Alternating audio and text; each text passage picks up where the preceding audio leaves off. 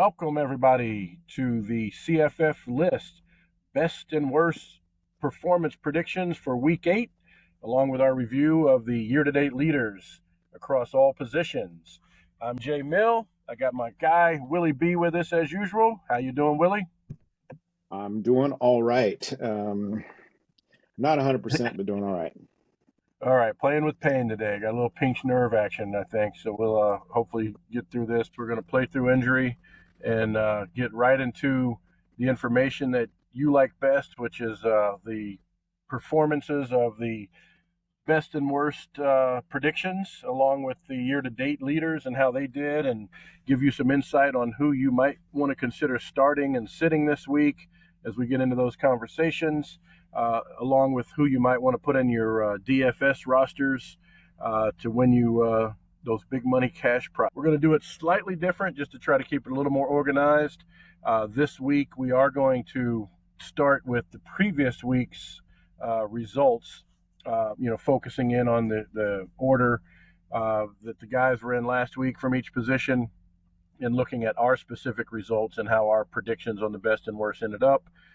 In general, we had another week where it was a pretty close battle with a 9-9 tie.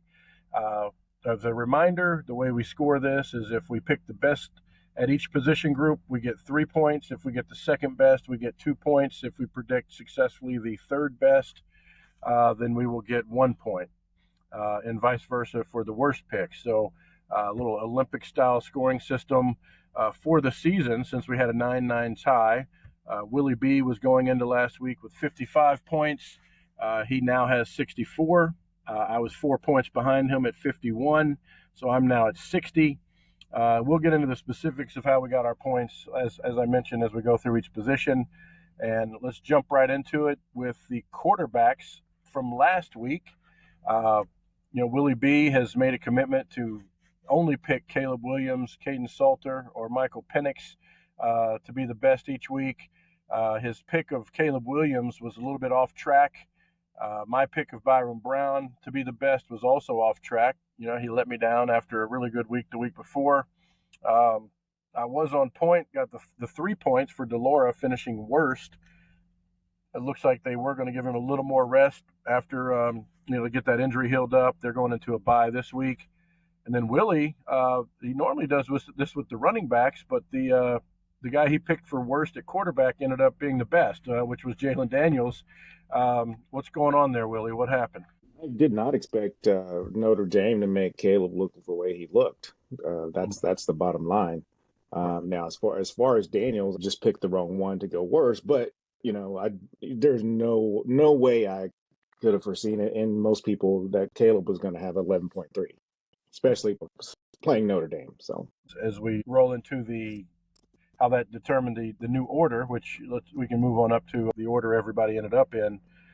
He has lost his number one spot to Jaden Daniels as a result of that bad performance, along with the good performance that Jaden Daniels had. I had 34 points. 34.3. Yeah, Yeah, but 34.3. that gives him, in his last 6 games, he's had over 32 points. This is going to be a fun battle now between Daniels and Williams, and potentially even a guy like Dylan Gabriel, who's going to be coming off of his bye week, to see who can finish at that number one spot. I think we had all kind of given it to Williams and assumed it might be him, but Jaden Daniels is going to give him a run for his money, it looks like. I mean, yeah, with the last 5 games, he has 3 over 40. So Right, and like we said, the last 6 have all been over 32. So right. yeah, he's on fire. Yeah, four games in a row with 3+ touchdowns passing. So now, we talked about the new number one. The other theme of the week was really the number of players in the year-to-date top 12 and top 16 list who really underperformed across the board. So normally we like to pick on the tight ends, but across all position groups, the year-to-date leaders really, really performed poorly. 5 out of 8 of the active quarterbacks, and again, there's a top 12 list, but we had 3 on a bye. Delora was injured, But if you look at the 8 that actually played, 5 of those 8 had 18.2 points or less, and 3 of them had 8 points or less. Um, so this was not a good week for quarterbacks in general. Which led to a couple of guys that you probably didn't expect to move out. And that's Ward from Washington State and Howard from Kansas State. Ward followed up an 8-point game in week 6 with only 11 this week. And you had Howard from K-State, who we'll have more about in a minute, fall all the way from number 6, completely out of the top 12 after getting only 3.4 points after having 25 points in every game this year. What do you think about, these two guys that are falling out? Will Ward, be able to bounce back from Washington State? Because now we've seen 2 games in a row where he's had, really poor outings.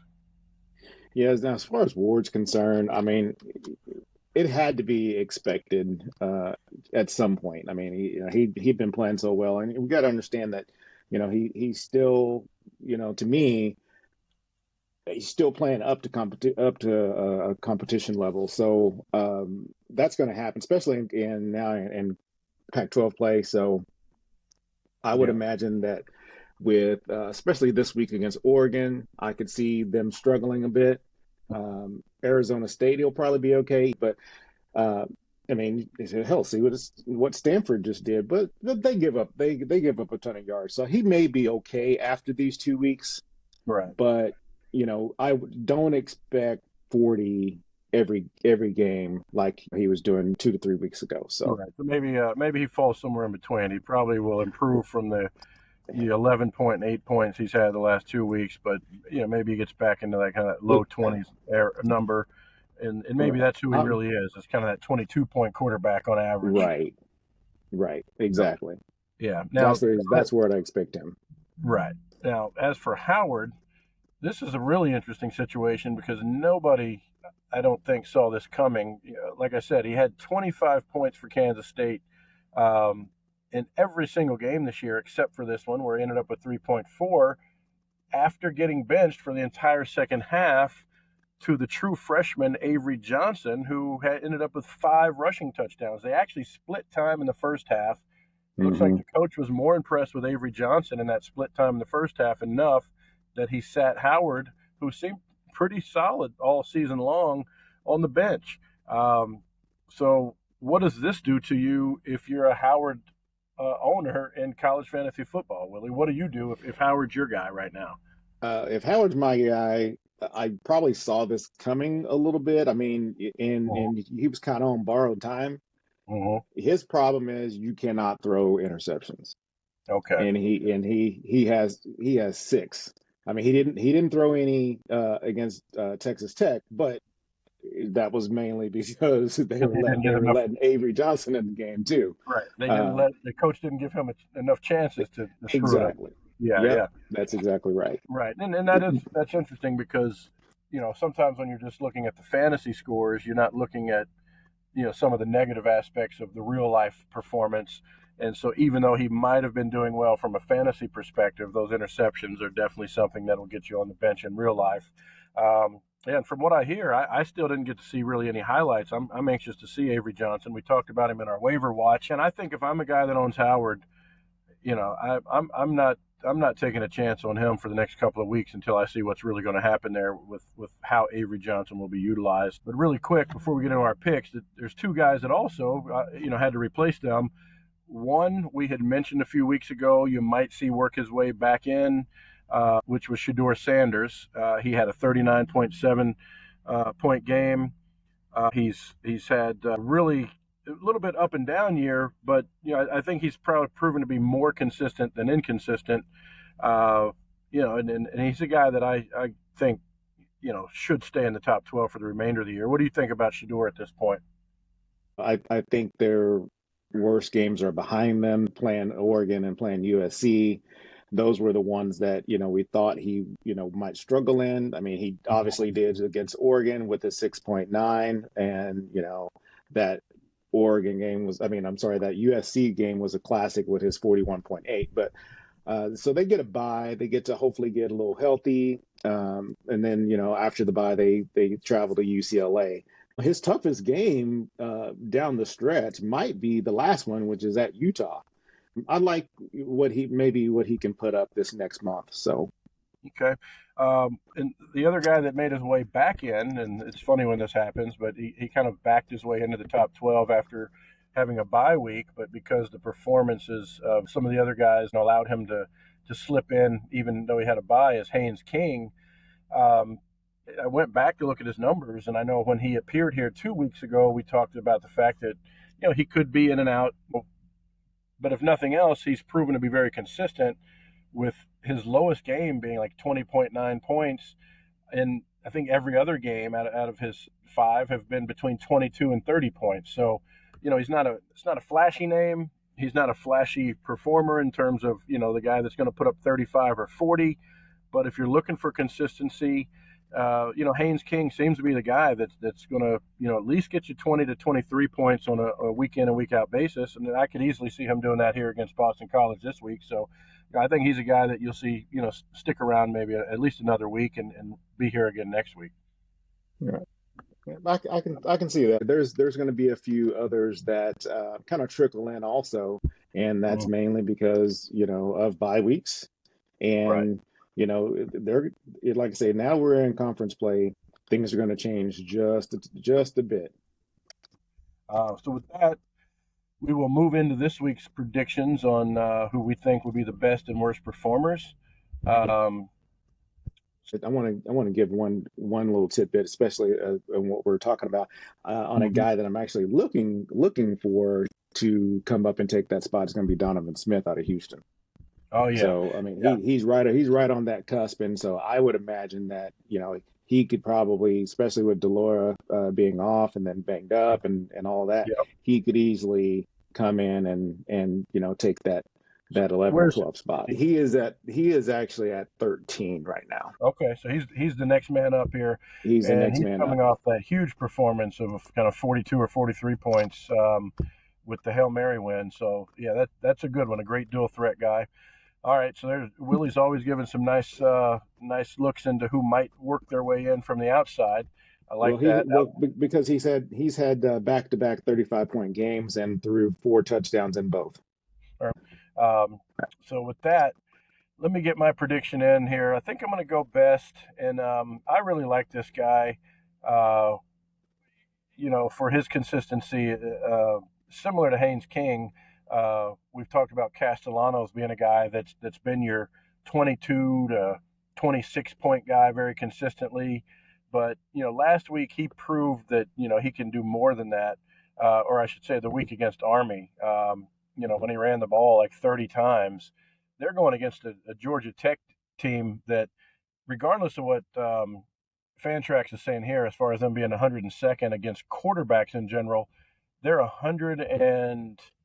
131st against the run. And you're looking at one of the better run QBs in the country with Thomas Castellanos. So I'm going to go out and pick somebody a little bit different with Castellanos as my pick for the best performance this week from Boston College, Okay. strictly based on his running ability. I didn't even think about that when I talked about them both. Yeah, Haynes King and Castellanos are playing each other, and they're two of the guys we've mentioned. Being very similar in terms of them both scoring between kind of 22 and 26 on a regular basis. So that should be a fun Hmm. match, Yeah, actually. it should be a fun game, and I would definitely give Castellanos that nod over King Right, right. for sure. Never thought we'd say Georgia Tech, Boston College would be a interesting. Hey, when you're playing fantasy, that's what makes it more That makes all the games yeah, more fun. that's absolutely right. I want to go with my three guys, Mm-hmm. but we are in a competition here. I need to lengthen this 4-point lead I have. Okay. So we're gonna go with one I like and a guy who I think is coming up. We talked about a little bit last week. We're gonna go Drake May. Ah, okay. Drake May. Now that he has Walker back, I just see it. He had, so 3 weeks prior to Tez coming back, he had no touchdowns against App State. He had 2 at Minnesota and then 1 against Pitt. But the last 2 weeks, he's thrown 7. So I just think that he is going to be on that rise. And we talked about that, what his schedule looked like the next month. So we're going to go Drake May. I guess I got to pick who's going to do the worst. I'm a little bit torn here. I think this is Haynes King makes sense, but I gave him a lot of hype. Uh, I'll go Haynes King, and only because as I look at this list,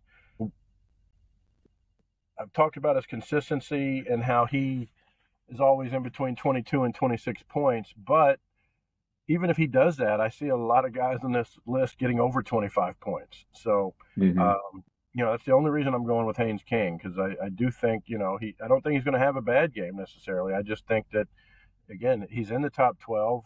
Every quarterback here is here for a reason. I see everybody else kind of performing at their average. I almost went Daniels for some reason against Army, thinking that, maybe they'll be able to run the ball too easily against Army and he won't need to throw as much. But it's really hard to bet against Daniels. Yeah. Don't fall into the trap. That's exactly what I thought would happen last week. Yeah, with LSU, and that did not happen. Right. So I'm not going to do that. And Willie, let's see if you have as tough of a time as I do with picking the worst, because this seems tougher than usual this week. It looks like these guys are all set up to have pretty good weeks. Yeah, I think so. Utah, they just don't give up a lot of points. Right. So that's the one thing that I see to their benefit on as far as Caleb. I'm torn between he and Salter right here. Which I think I don't. That's the one that I'm. I think you did pivot a little bit. I think last week you thought since he was playing Tuesday you would go with Salter and give people a little heads up ahead of time. Right. I guess you thought about that a little bit more. Yeah, because looking at having to play that early, some people can't handle that spotlight too. So I mean, you have to worry about that a little bit as well. I know I liked him. He ended up with 18.2, and that was against Jackson State. I thought they handled them pretty well, so that was part of it also. And then they had Middle Tennessee State. So I think Salter will probably be all right. So let me go ahead and we'll go Caleb. And we'll say that Utah's defense will hold him down a little bit. I don't think he will probably be at that, 38, 39 where he has been, but also I don't think it's going to be 11. But I know Utah's defense will be ready. Yeah, I looked at Utah and thought about it too, but again, I was like, I just can't see him necessarily having the 2 back-to-back games that bad. But like you're sort of saying what I'm saying is there's really not anybody on this list we don't see getting over 20 points this week. Maybe Williams is in the lower 20s or mid-20s versus his 30 or 40-point games that he's capable of. And so with that thinking, I would say that he would probably be the one that it's going to happen to over Salter playing against Middle Tennessee State. Okay. And yeah, to your point, Utah has only given up 5 passing touchdowns this year. It looks like the second fewest, in the entire league. Penn State's only given up 1, amazingly. A couple have given up 3. So yeah, they're probably 7th or 8th with the number of touchdowns given up here with 5. Yeah, giving up 1, that's impressive. Wow. Yeah, I didn't realize that with Penn State. Yeah, 5 puts them at 8th in the country for Utah in touchdowns allowed, for passing touchdowns allowed. Well, let's keep it moving and check out what the tight ends have been up to this week. Beginning with last week's performances, what you're seeing here are the actual fantasy points for the top 12. We kind of reverted back to what the tight ends had done all year long. The only thing about them this week is that they don't stand out with their poor performance, because every position seemed to have pretty poor performances by the year-to-date leaders.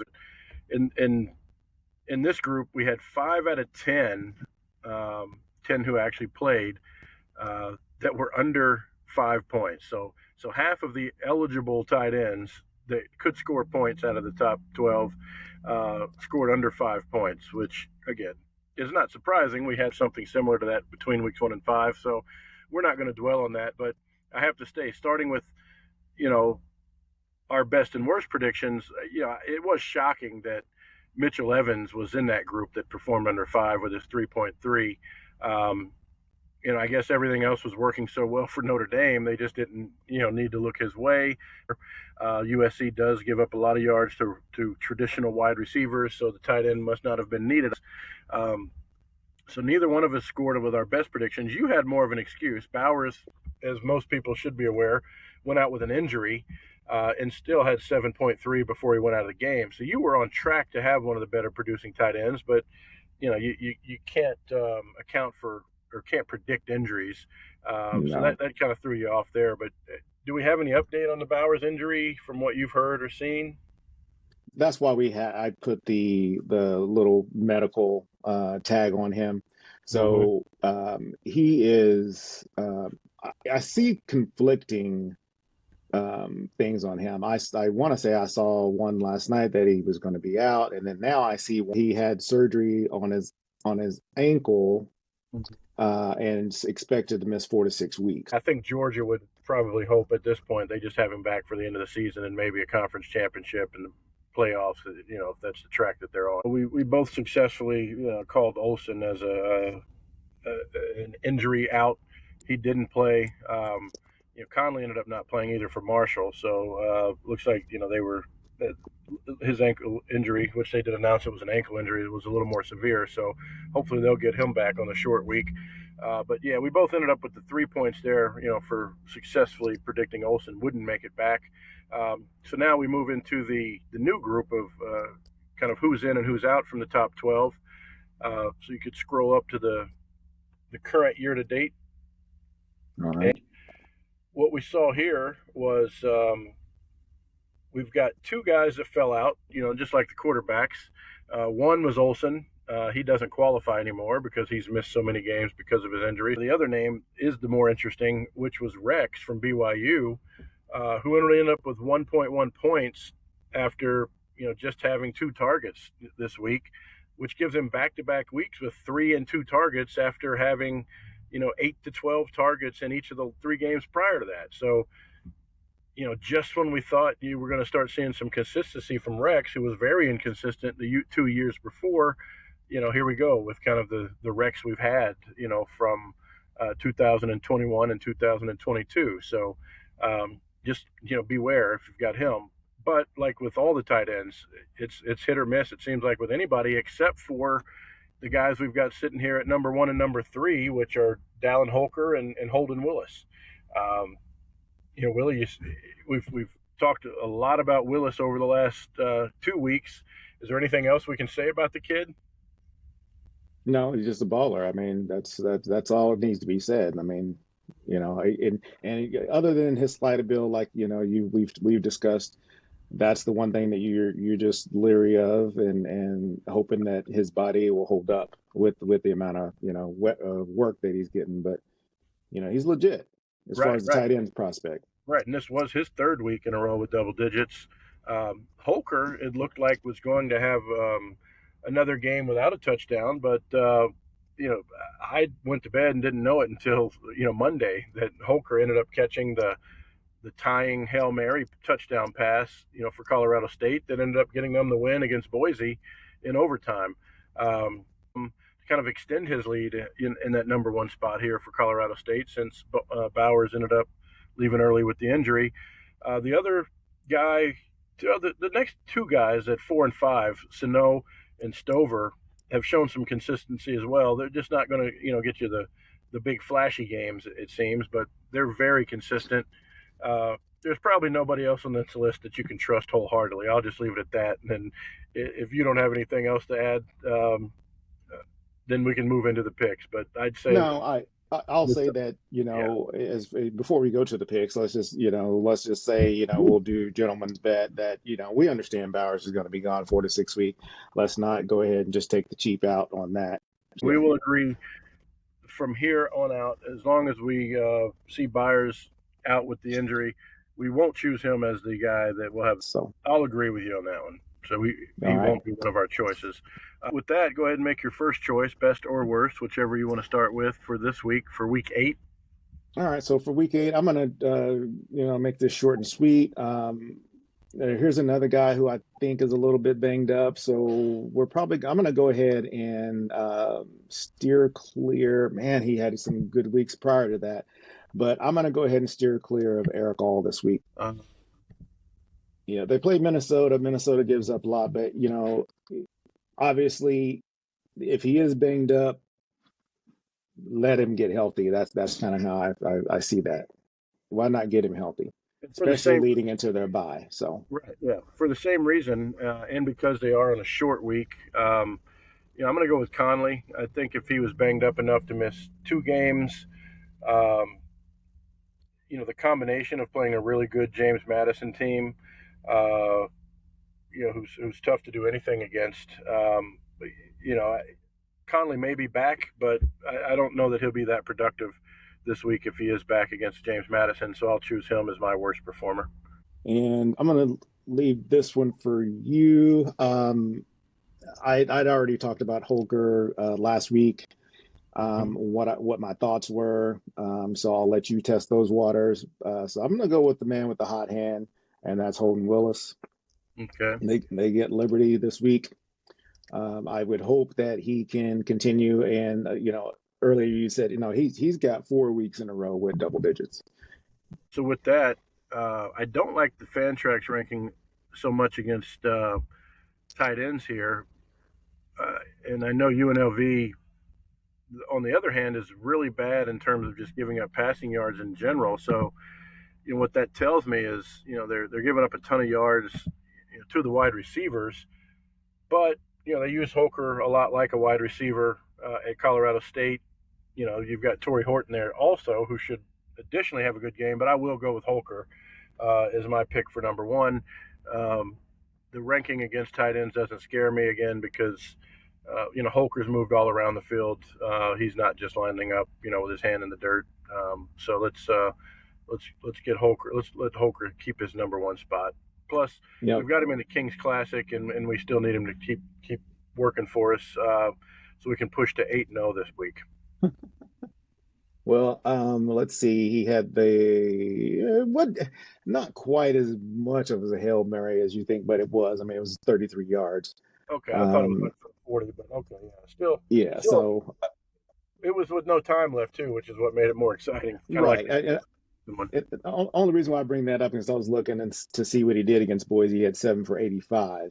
So I was just kind of looking at his numbers. He was kind of held in check there for his standards up until that ricochet at the end. So we'll see Yeah. and we'll see what UNLV can do. Like I said, I thought he would have a hard month here, starting with this game with them Okay. going to UNLV, playing Air Force, and then at Wyoming.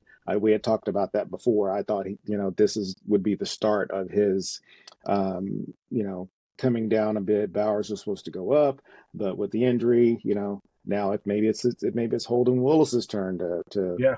come up and vie for the first spot. So we'll see.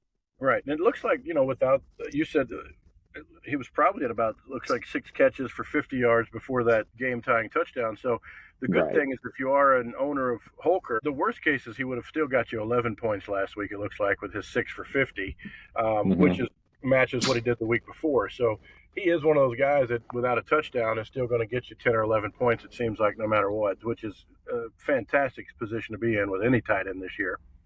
So with that, we will roll it on up to the running backs, which as we've been talking about, 7 out of the 13 that played last week from this group scored 13.3 points or less. So that's more than half of the group of the top 16 running backs. There's 13 of them that played. More than half of that group scored less than 13.3 points, and 5 of those were even under 11.1. So it was just a tough week across the board for the guys who had been sitting at the top. Since they all kind of, as a group, did fairly bad. There are standouts, which we'll talk about in a minute, but it really only led to one guy getting bumped from the top 16, since collectively the average was down a bit, and that was a guy that has been in and out, but we were high on. But he went down with an injury in the first series for App State, which is Nate Knoll. He registered the 1.5 points, due to the injury, and unfortunately that'll bring his average way down.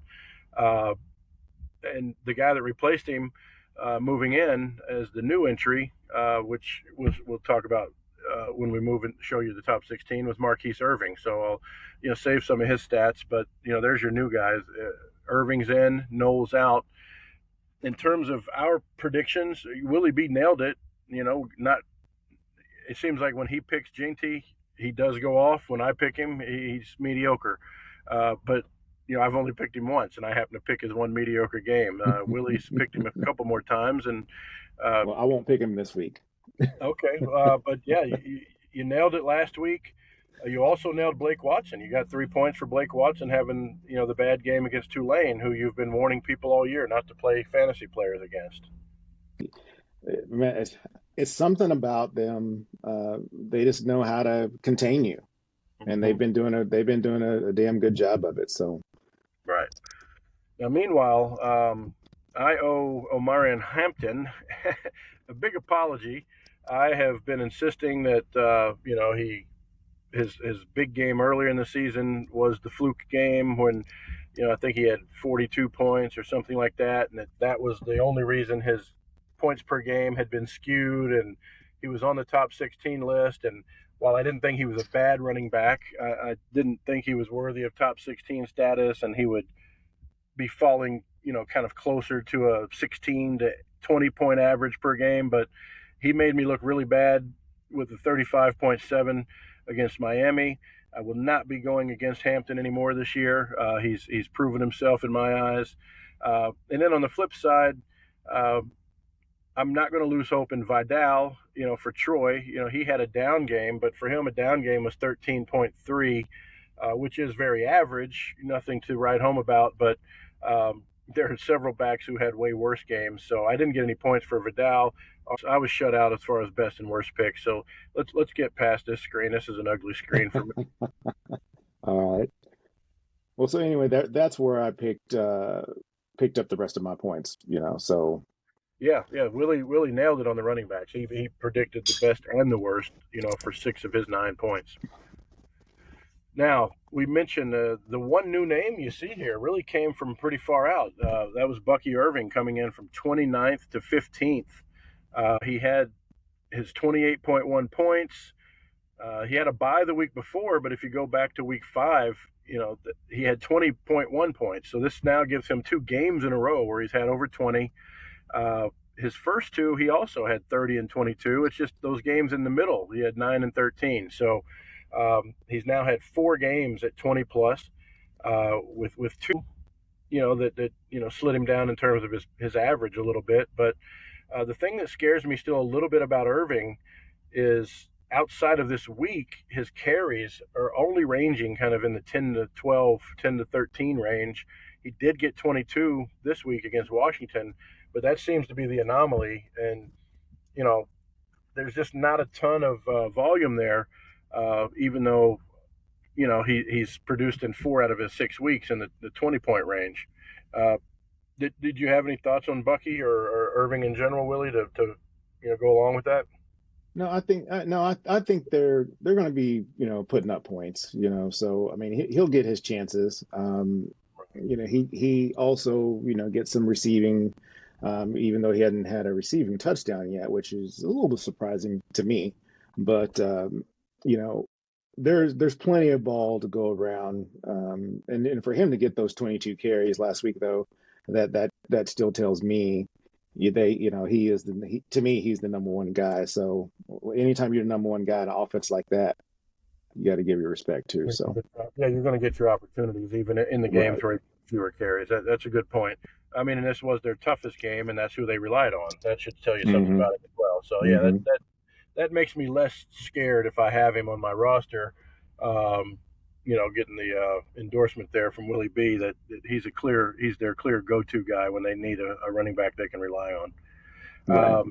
As far as other big moves, before we get into best and worst, we've got to talk about Kyrie Robinson, who has made a leap from outside of the top 16 last week into the top 16, and now jumps from 15 all the way up to 5 after putting up 44.5 points, this week, which gives him, 22 plus in 4 out of his 5 games. Um, and he's another one that we managed to grab, in the Kings Classic, like 4 weeks ago, uh, just before he kind of got hot, and so we got him at just the right time. Um, what do you like about Robinson so far, Willie? The touchdown production. I mean, he's got 10 touchdowns on the season.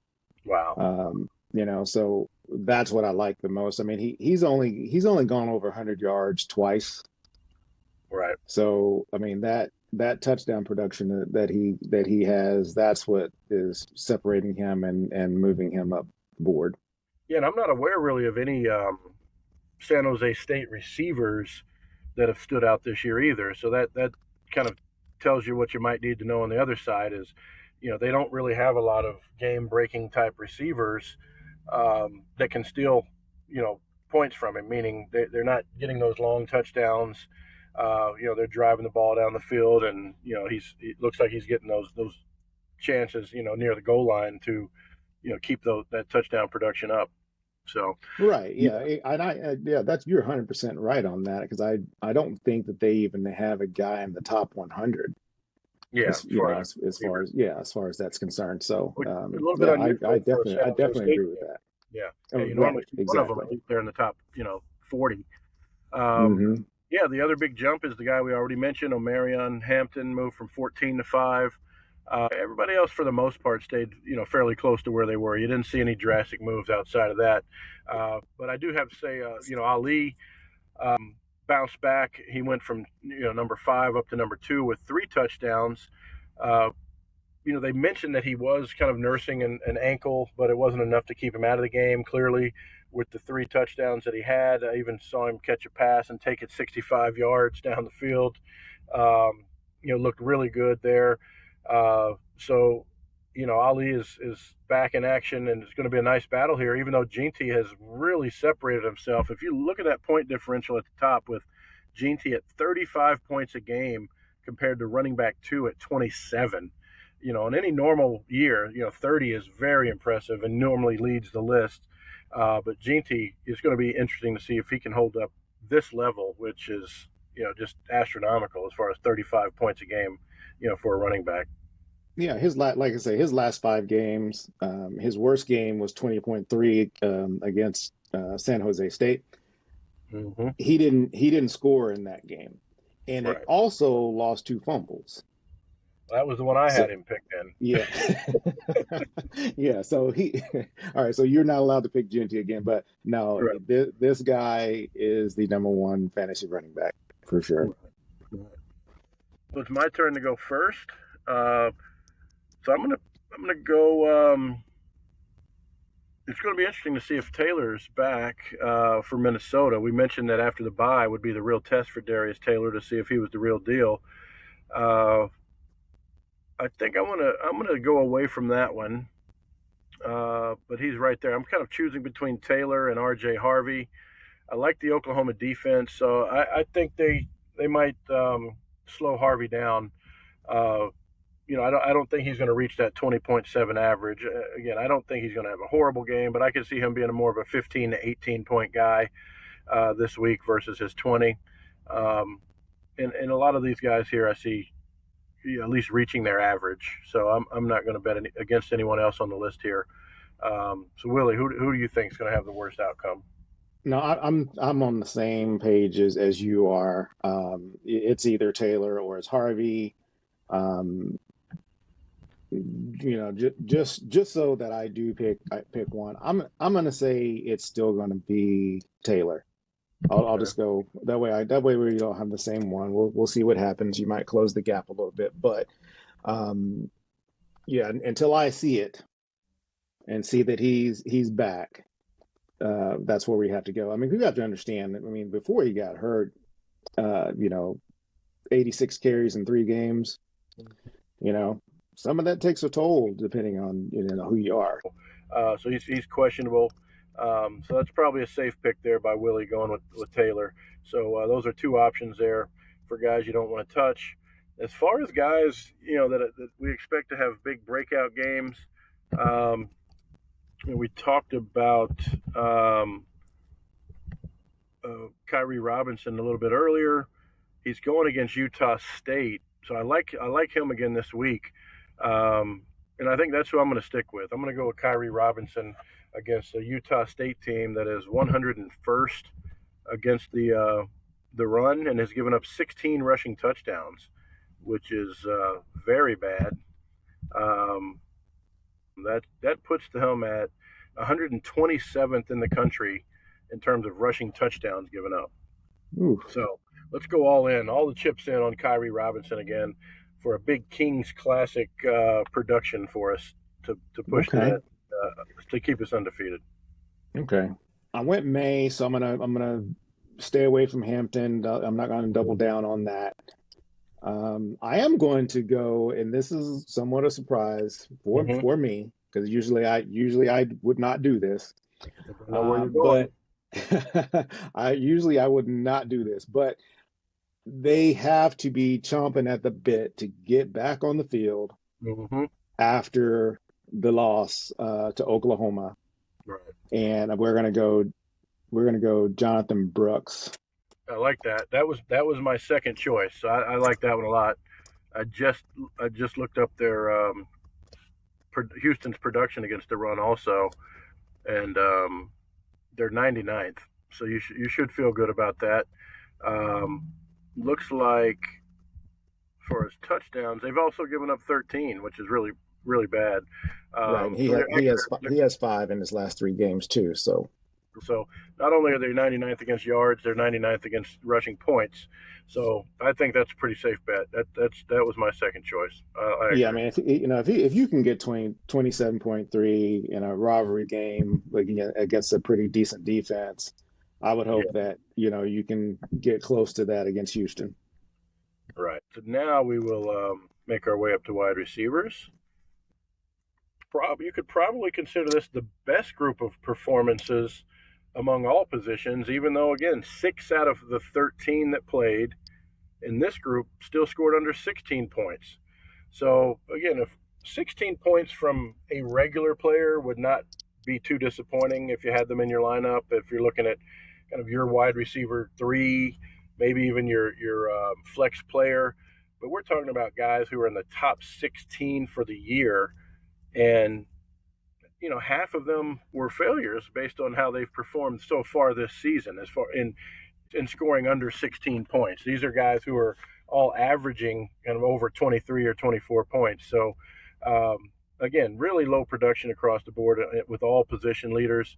But this is your best group. You had guys like Horton with 23, Adunze, did his usual with nearly 33 points against Oregon. Troy Franklin going against Adunze had his 29. But then you've got guys like Leggett, who had 16. Cowing is probably the biggest shocker, who I picked as my favorite to score the most, only getting 11 against Washington State. No, that was me. That was me that picked him. Oh, I'm sorry. Yeah, Willie picked Cowing. I actually picked Wester, who ended up actually doing what I thought he would, getting his 34 against USF. But guys like Brian Thomas with his 2.7 against Auburn. We're not sure what was going on there. Chris Mitchell with 12.6. But you mentioned Brian Thomas, right? This is exactly what I thought was going to happen when I said Daniels wasn't going to be the performer. Right. Thinking that they had so many other, they would be able to spread it out, do a little bit of everything against them. Right. And so he just ended up parlaying everything into Neighbors. I guess is what ended up happening. Right. Since we're looking at last week, and we both failed on predicting that Larvadain was not going to produce, while he wasn't in the top 3, He still had a respectable, 22-point game if we're rounding up. Uh, do you have his targets there, Willie? Like we know there was a little bit of Yeah, yeah. an enigma. He had started the season with 12 targets in each of his first two, and then he had one hmm target in the next two, and then he missed two. Where was he at last week for week He 7 had with his targets? he had 10 targets and for 5 for 49 and 2 touchdowns. So look, maybe he's back. I don't know that I'm ready to say he's back, but he's definitely back to where he was in weeks 1 and 2. So now he's a name to keep an eye on yet again to see if he can become a little bit more consistent. Maybe part of the reason he only was targeted once in those other 2 games is he had a nagging injury and then they sat him and he's going to be fine now. We have to just wait and see what happens here with Larvadain. hmm So he's a guy we thought was going to fall out of the top 16. So props to him again for making us look bad. As far as your names that were out, that entire group from 13 to 16 on the previous sheet, Leggett, Cowling, Mitchell, and Robert Lewis, all underperformed and they're all out. Uh, the names here that are in are pretty amazing names that will probably be here for the remainder. You've got Jalen Royals, who moved from 18th into 11th, uh, he's had 32 plus in his last 3, and we've got Macklin from North Texas, who had 34 last week, but prior to that was a very, very consistent performer with kind of 15 to 20-point games. And then Weaver, we've all been following Colorado. We know Weaver has been a little bit inconsistent, but he had 38.8 last week. After having a 27-point game earlier in the season, but getting shut down, in the previous 2 weeks. Uh, Right. so with Colorado getting Travis Hunter back on the field, takes some of the eyes off of Weaver. Maybe some of those double coverage situations can't happen anymore. So Weaver's options might open up a little bit more with Hunter back in the game. And then maybe the most surprising name who's been proving himself consistently is Restrepo from Miami. It's been a little difficult to see who the number one guy there is going to be at receiver. And I don't know yet that he's going to be the absolute number one guy. But he's had,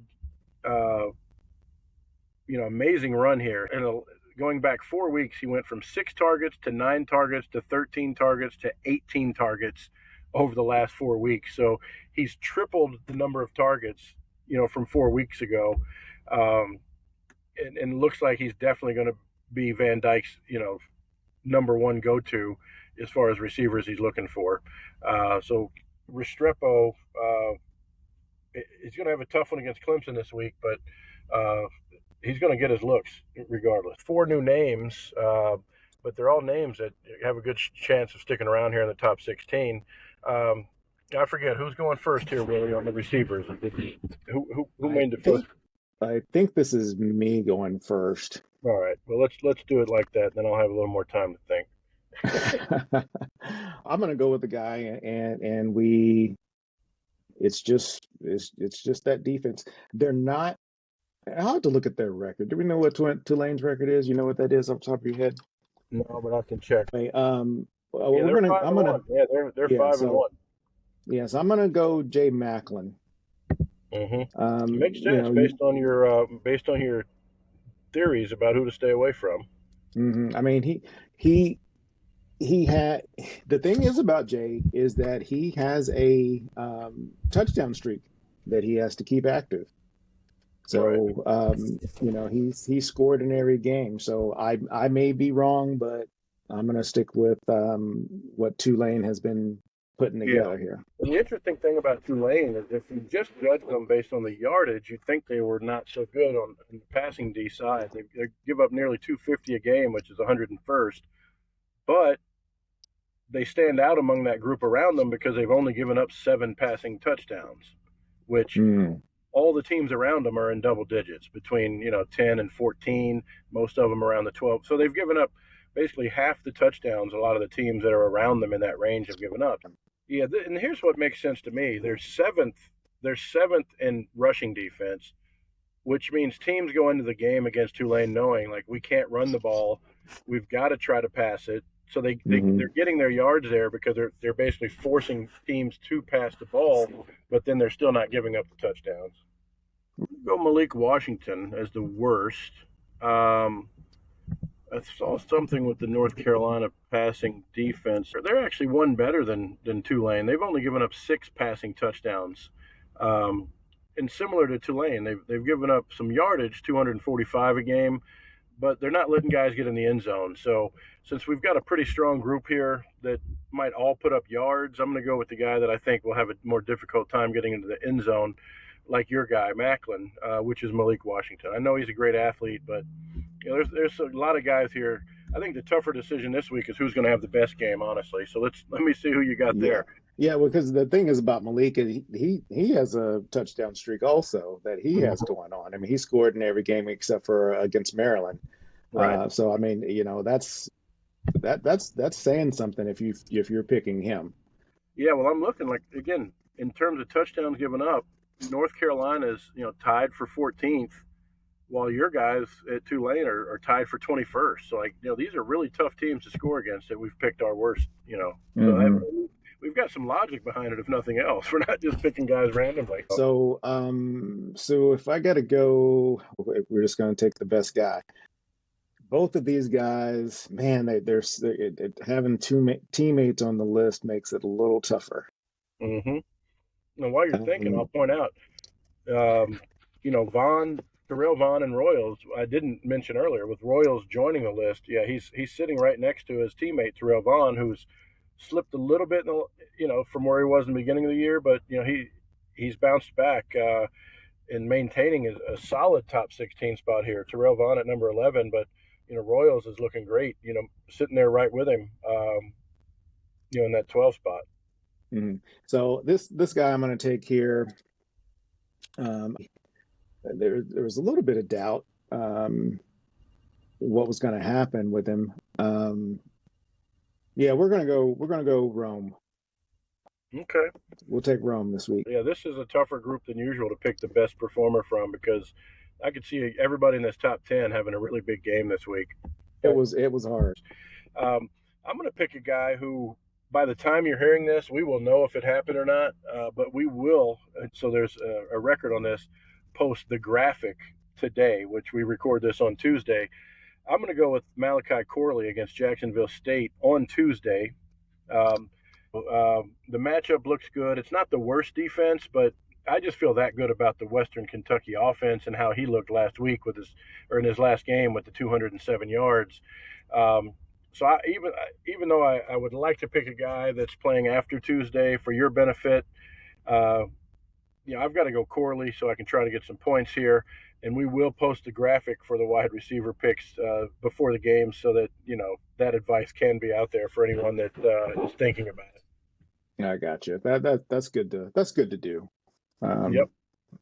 There are a lot of good names. I mean, I almost took LeJohntay Wester. I love what Royals is doing, but then you got Vaughn sitting there also. But if I had to choose between those two guys, I'm gonna take Royals. But I almost went with one of the LSU guys as the worst pick too, believe it or not, just because you just don't know what teams are going to end up doing. That's it for me. I hope the insight helps you guys in making some of your roster decisions this week. Willie B, do you have any final thoughts on any players, or are we ready for your usual parting words? We did briefly talk about this. There's a name, if you can get your hands on him, I would hope that you can't, but Devontae Walker, that's a name that, as far as a wide receiver is concerned, if the NCAA hadn't put him on the sidelines for so long, he would be the number 6 wide receiver, but he doesn't qualify because he doesn't have enough games as far as our competition. So just so there's no mystery, we've said it before, but everybody might not know. We like for a player to at least have participated in more than half of his team's games to qualify for the list, since it's on a point per game basis. And the fact that he's only played in 2 games means that you won't see Tez Walker on the list for probably another 3 or 4 weeks. But we have no doubt he's going to end up here at some point. Right, So, right. And uh, so, and then lastly, another guy who might be everyone's consensus number one wide receiver, but we're going to see a lot, and we're going to know a lot from Ohio State when they play Penn State this week, because Marvin Harrison is still way down on the list, and he's 24th overall. So, um, will he ever be able to get up into the 16 spot? If he wants a shot at that, he definitely has to. They have to take care of business against Penn State, or it won't happen. Good fun game. A lot of fun real life games. I hope everybody enjoys them this week. With that, this is Jay Mill signing off for CFF List. Look for us there on Twitter. Look for us there on YouTube. We're now on Spotify with that same name, and you can always find us on Instagram under College Fantasy Football. Willie B, final thoughts? Thank you for watching and listening. Good luck this week.